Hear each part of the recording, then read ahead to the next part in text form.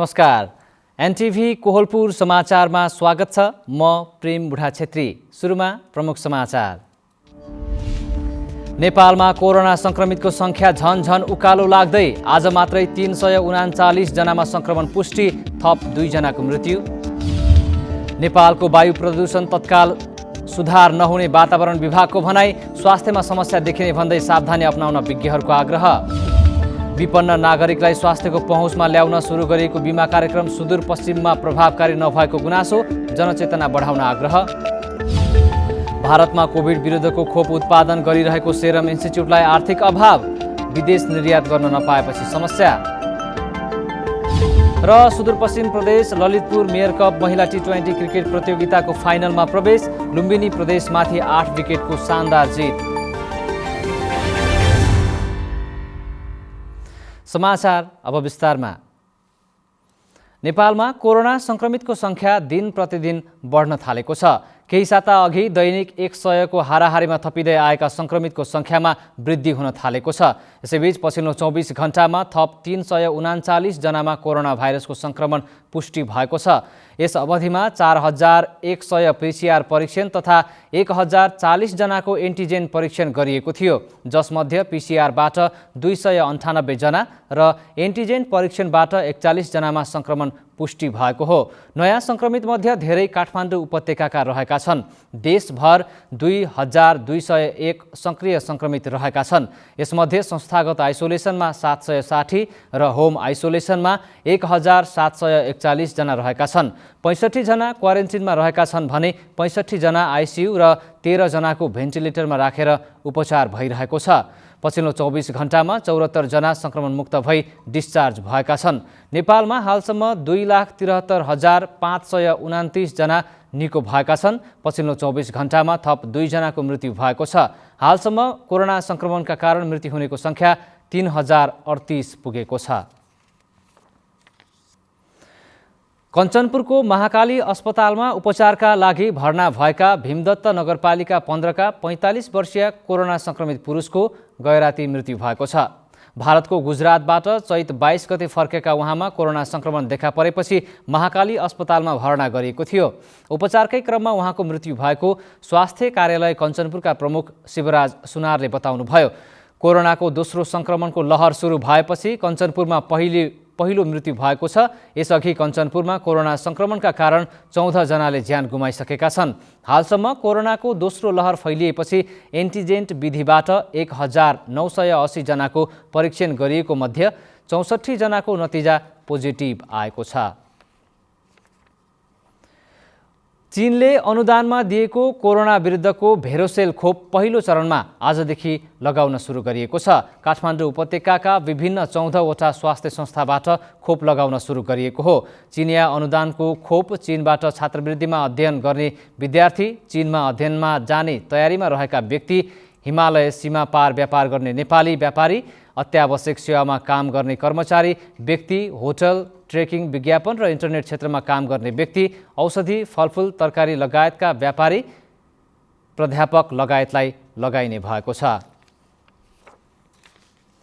वायु प्रदूषणका कारण कञ्चनपुरका स्थानीयमा आँखा पोल्ने, चिलाउने लगायतका समस्या देखा पर्न थालेका छन्। स्वास्थ्य चौकी र अस्पतालका अधिकांश बिरामी आँखाकै समस्या लिएर पुग्न थालेका छन्। झलारी स्थित स्वास्थ्य चौकीका अहेब लोकेन्द्र ऐयरका अनुसार 4 दिनदेखि दैनिक 30 देखि 50 जना बिरामी आँखाको समस्या लिएर आउने गरेका छन्। उपचारका लागि पुग्नेहरू आँखा चिलाउने र पोल्ने लगायतका समस्या लिएर आउने गरेको उहाँले बताउनुभयो।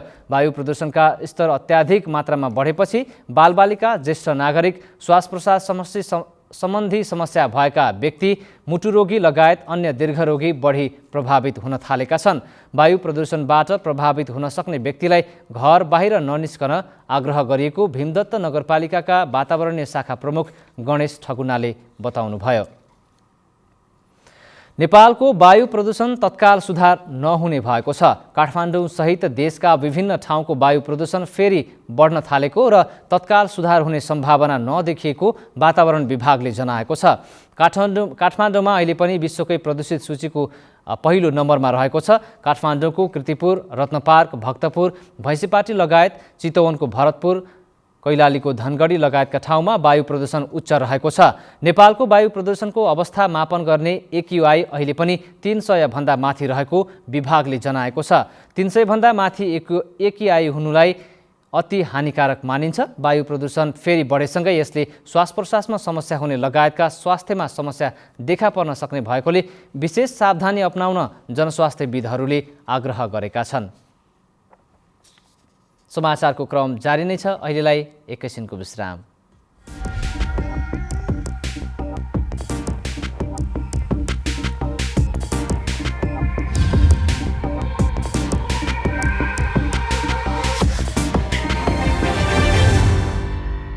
लगानी सम्मेलन 2078 सम्बन्धी सूचना।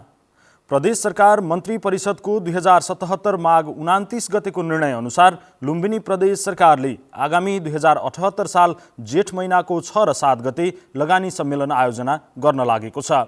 उक्त सम्मेलनमा निजी क्षेत्रबाट लगानी योग्य आयोजना प्रस्तुत गर्ने कार्यक्रम रहेकाले सहभागी हुन इच्छुक महानुभावहरूलाई आर्थिक मामिला तथा योजना मन्त्रालय बुटोलमा रहेको सचिवालयमा सम्पर्क गर्न हुन अनुरोध गरिएको छ। प्रचार प्रसार समिति लगानी सम्मेलन 2078 लुम्बिनी प्रदेश। विश्रामपछि समाचारमा पुनः स्वागत छ। अब बाँकी समाचार। सरकारले लागू गरेको स्वास्थ्य बिमा कार्यक्रममा नागरिकहरूको चासो बढ्न सकेको छैन। सुदूरपश्चिम प्रदेशको कैलालीबाट सुरु गरिएको स्वास्थ्य बिमा प्रति कैलालीका सर्वसाधारणको नै चासो बढ्न नसकेको देखिएको छ। विपन्न नागरिकलाई स्वास्थ्यको पहुँचमा ल्याउन सरकारले 2072 सालमा सुदूरपश्चिमको कैलालीबाट स्वास्थ्य बिमा कार्यक्रम सुरु गरेको हो। तर सेवा प्रभावकारी नहुँदा यहाँका नागरिकको स्वास्थ्य बिमा प्रति चासो बढ्न सकेको छैन। सुदूरपश्चिम प्रदेश कार्यालय स्वास्थ्य बिमा बोर्डका प्रमुख जनक साउदले 28 लाख जनसङ्ख्या रहेको यस प्रदेशमा स्वास्थ्य बिमाका 3,41,000 बिमित रहेको बताउनु भएको छ। र सुदूरपश्चिम प्रदेशमा 9 जिल्लाकै तथ्याङ्क हेर्नु पर्दाखेरि 3,41,245 जना देखिन्छ भने सबैभन्दा बढी कैलालीमा 1,75,200 बिमितहरू रहेका छन्। कोही पनि स्वास्थ्य अभावमा अथवा पैसाको अभावमा कसैले पनि ज्यान गुमाउनु नपरोस् भन्ने उद्देश्यका साथ चाहिँ स्वास्थ्य बिमा कार्यक्रम लागू भएको थियो। अहिले जुन हाम्रो यो तथ्याङ्क हेर्दाखेरि र जिल्ला विस्तारको क्रम हेर्दाखेरि चाहिँ अहिले हामीले चाहिँ हाम्रो अपेक्षा अनुसार चाहिँ हामीले चाहिँ यो चाहिँ मिट गर्न सकेको चाहिँ छैन। स्वास्थ्य बिमा कार्यक्रम धेरै राम्रो भए पनि त्यसको कार्यान्वयनमा केही समस्या रहेकोले नागरिकको यसप्रति विश्वास र चासो बढ्न नसकेको उहाँको भनाइ छ। आगामी दिनमा ती समस्या समाधान गरेर अघि बढ्ने योजना बिमा बोर्डको रहेको छ।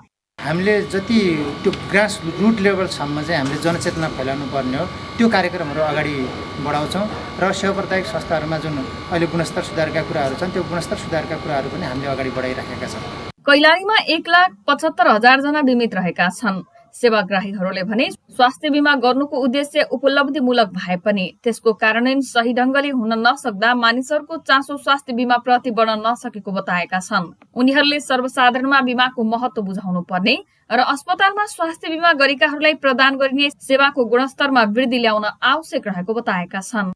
हामीले सुरुबाट एउटै रेट राखेको छ। अल्टिमेटली यसले दुःख चाहिँ बिरामीले पाइरहेछ।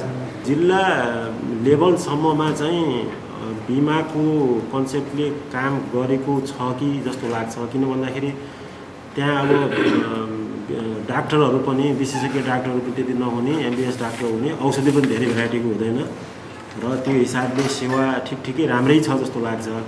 तर अब अलि ठुलो लेभलको हस्पिटलहरूमा त्यहाँ के छ भन्दाखेरि भेराइटीको औषधिहरू छैन है।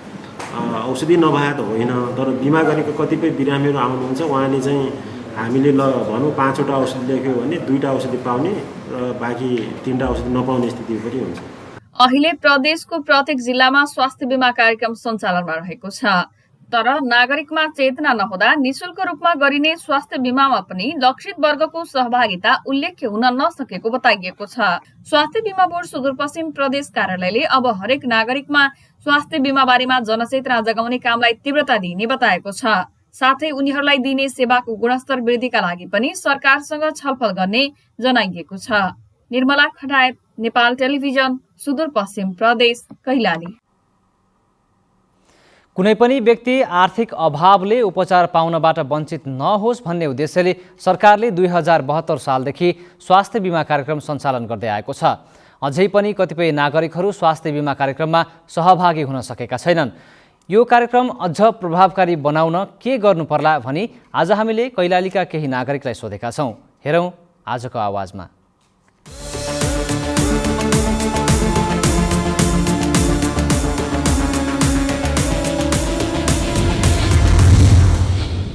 त्यही बिमितहरू हस्पिटल जाँदाखेरि औषधि पाउनुहुन्छ, अनि औषधि पाउनु पऱ्यो होइन। अनि त्यसपछि अब ठाउँमा हस्पिटल जुन हस्पिटलमा राम्रोसँग सुविधा सम्झौता भएको छ त्यो हस्पिटलमा चाहिँ राम्रोसँग सुविधा दिनु पऱ्यो।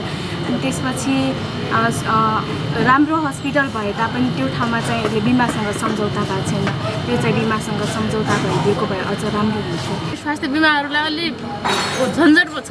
सेवा जस्तै पाएको दिनभरि अब घन्टौँ नलाग्नु भएपछि हुन्थ्यो, जस्तै अरू होइन बुढापाका हुन्छन्, अनि त्यो सुविधाहरू भइदिएको भए हुन्थ्यो, अनि दबाईहरू त्यहाँ मिलिदिएको भए हुन्थ्यो। स्वास्थ्य बिमा त यो सरकारले चालेको कदम चाहिँ एकदमै राम्रो लाग्यो मलाई।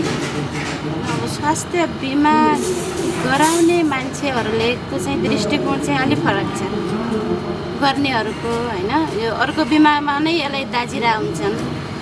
स्वास्थ्य बिमा गरेका मान्छेहरूले पाउने सुविधा पनि अलिक सहज भइदिएको भए चाहिँ राम्रो लाग्छ। मैले पनि सेवा लिएका छौँ, यहाँ सेतीबाट पनि लिएका छौँ, अनि उता नदीवनतिरबाट पनि लिएका छौँ। मैले त सेवा चाहिँ पाइराखेको छु।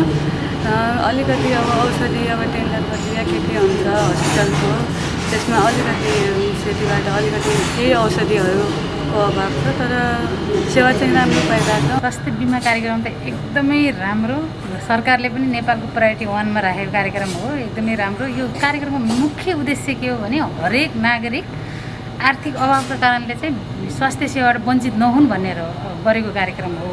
अब हाम्रो उद्देश्य कस्तो छ, हामीलाई कस्तो सोच गयो भने जो बिरामी भयो उसले बिमा गर्ने, बिरामी नभएको मान्छेले बिमा नगर्ने कारणले गर्दा हरेक नागरिकले बिमा गर्यो। बिरामी मसँग भएको पैसा म त्यो वर्ष बिरामी भएन भने मैले गरेको थोरै योगदान रकम अर्को जो मान्छे बिरामी हुन्छ, जो गरिब हुन्छ, जो ज्येष्ठ नागरिक छ उसले त्यो सेवा मैले गरेको योगदानले सेवा पाओस् भन्ने उद्देश्य हो।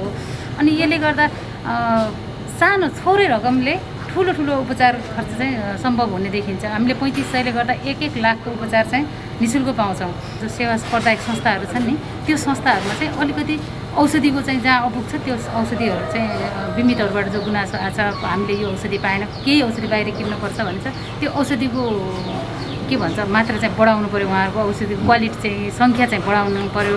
अनि सर्भिस साइटहरू अलि सक्षम भयो भने बिमितहरू त एकदमै खुसी हुन्छन्।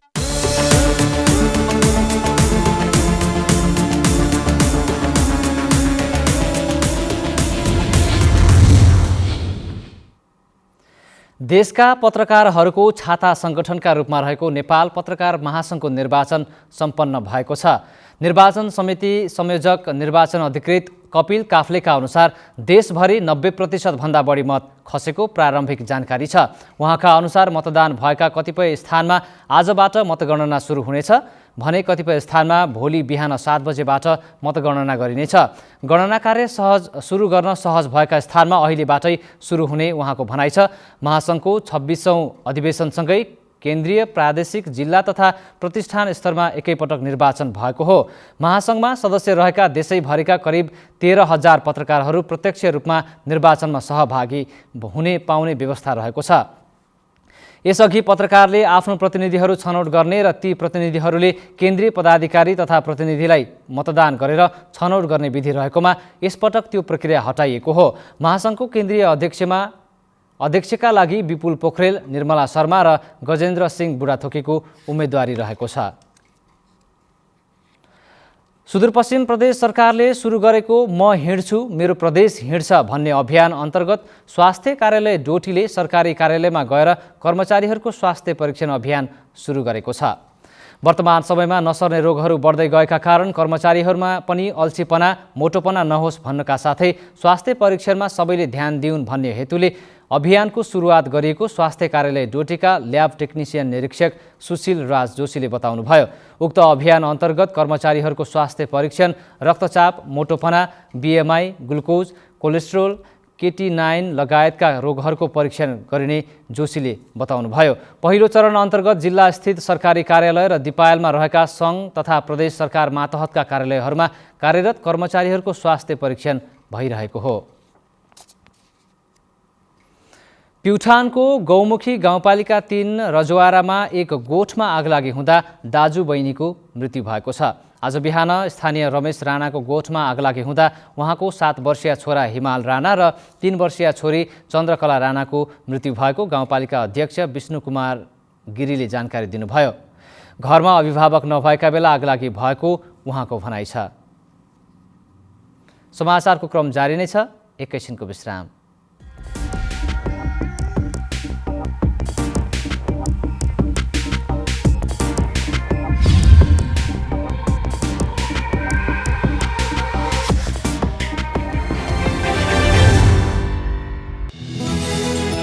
धार्मिक, पुरातात्विक, ऐतिहासिक र प्राकृतिक सम्पदाले भरिपूर्ण अनि विभिन्न कला र संस्कृतिले भरिएको नेपाल।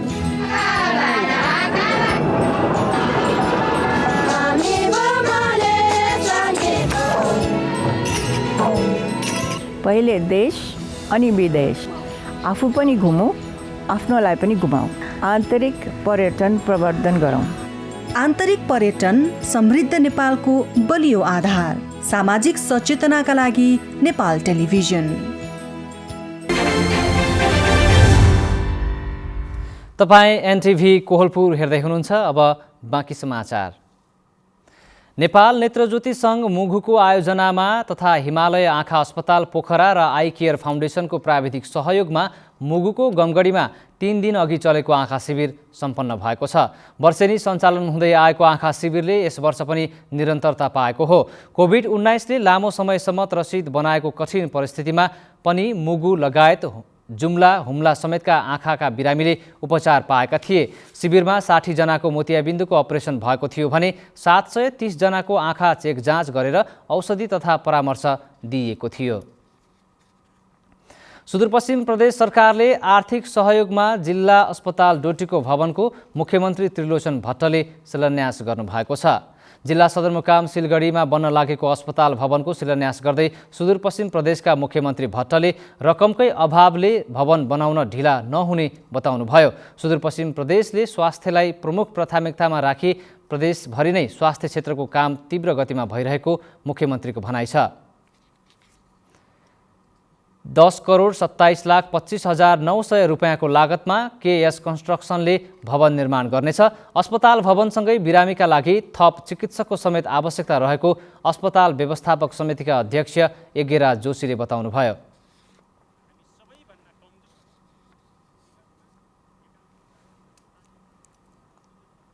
अब अन्तर्राष्ट्रिय समाचार।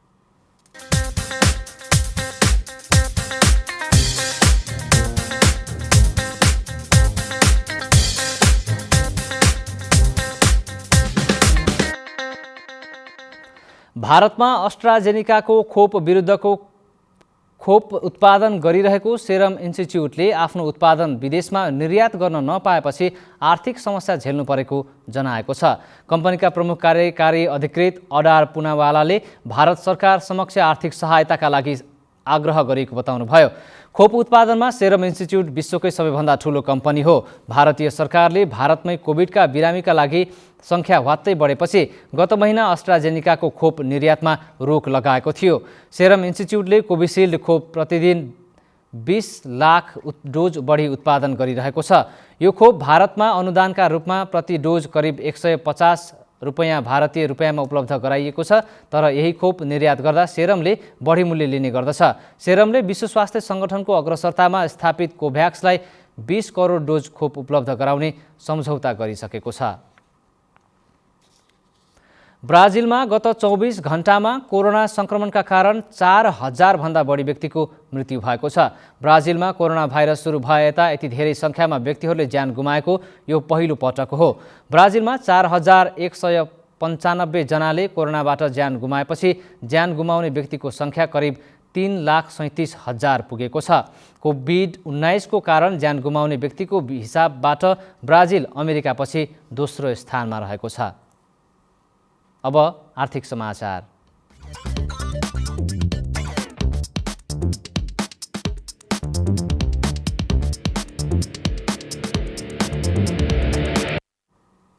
आज सुनको मूल्य प्रति तोला 500 रुपियाँले बढेको छ। हिजो प्रति तोला 87,500 रुपियाँमा कारोबार भएको छापावाल सुन आज 500 रुपियाँले बढेर प्रति तोला 88,000 रुपियाँमा कारोबार भएको छ।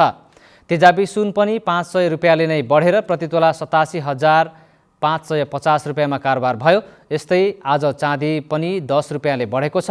चाँदी 10 रुपियाँले बढेर प्रति तोला 1,245 रुपियाँमा कारोबार भएको नेपाल सुनचाँदी व्यवसायी महासङ्घले जनाएको छ। अब खेलकुद समाचार।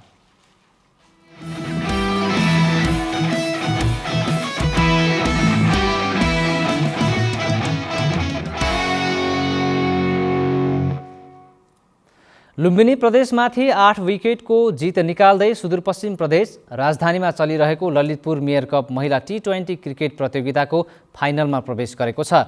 कृतिपुरको त्रिवी मैदानमा आज भएको खेलमा सुदूरपश्चिमले लुम्बिनीलाई हराउँदै विभागीय टोली एफिएफसँगको भेट पक्का गरेको हो। एफिएफ एक खेल अघि नै फाइनलमा पुगिसकेको छ।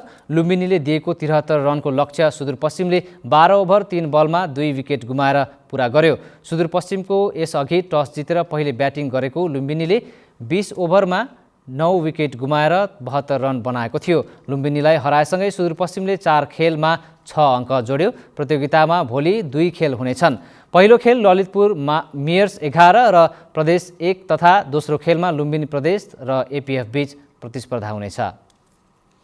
विभागीय टिम एपीएफलाई हराउँदै सङ्कटा क्लब 19औं संस्करणको आहारारा गोल्ड कपको फाइनलमा प्रवेश गरेको छ। पोखरा रङ्गशालामा आज भएको पहिलो सेमिफाइनलको खेलमा काठमाडौँको सङ्कटाले विभागीय टिम एपीएफलाई 2-0 गोल अन्तरले पराजित गर्यो। प्रतियोगिताको विजेता टिमले नगद 10,01,000 रुपियाँ हात पार्नेछ। त्यस्तै उपविजेताले नगद 5,01,000 रुपियाँ प्राप्त गर्ने आयोजकले जनाएको छ। अब मौसम।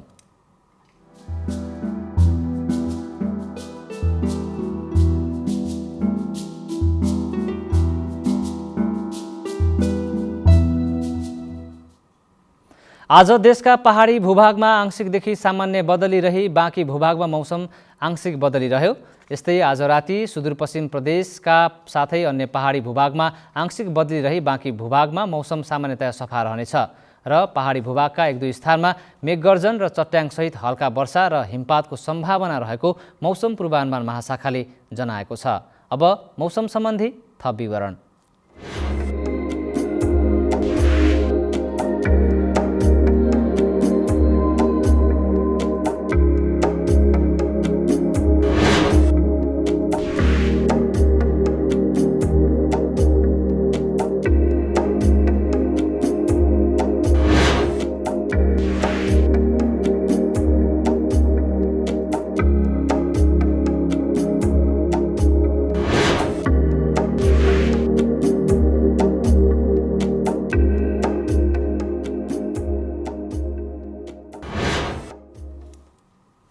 समाचारको अन्त्यमा प्रमुख समाचार पुनः एकपटक। नेपालमा कोरोना संक्रमितको संख्या झन उकालो लाग्दै आज मात्रै 339 जनामा संक्रमण पुष्टि, थप 2 जनाको मृत्यु। नेपालको वायु प्रदूषण तत्काल सुधार नहुने वातावरण विभागको भनाई, स्वास्थ्यमा समस्या देखिने भन्दै सावधानी अपनाउन विज्ञहरूको आग्रह। विपन्न नागरिकलाई स्वास्थ्यको पहुँचमा ल्याउन सुरु गरिएको बिमा कार्यक्रम सुदूरपश्चिममा प्रभावकारी नभएको गुनासो, जनचेतना बढाउन आग्रह। भारतमा कोभिड विरुद्धको खोप उत्पादन गरिरहेको सेरिम इन्स्टिच्युटलाई आर्थिक अभाव, विदेश निर्यात गर्न नपाएपछि समस्या। र सुदूरपश्चिम प्रदेश ललितपुर मेयर कप महिला T20 क्रिकेट प्रतियोगिताको फाइनलमा प्रवेश, लुम्बिनी प्रदेशमाथि 8 विकेटको शानदार जित। हवस् त अहिलेलाई समाचारको सिलसिला यति नै। बिदा दिनुहोस्। नमस्कार।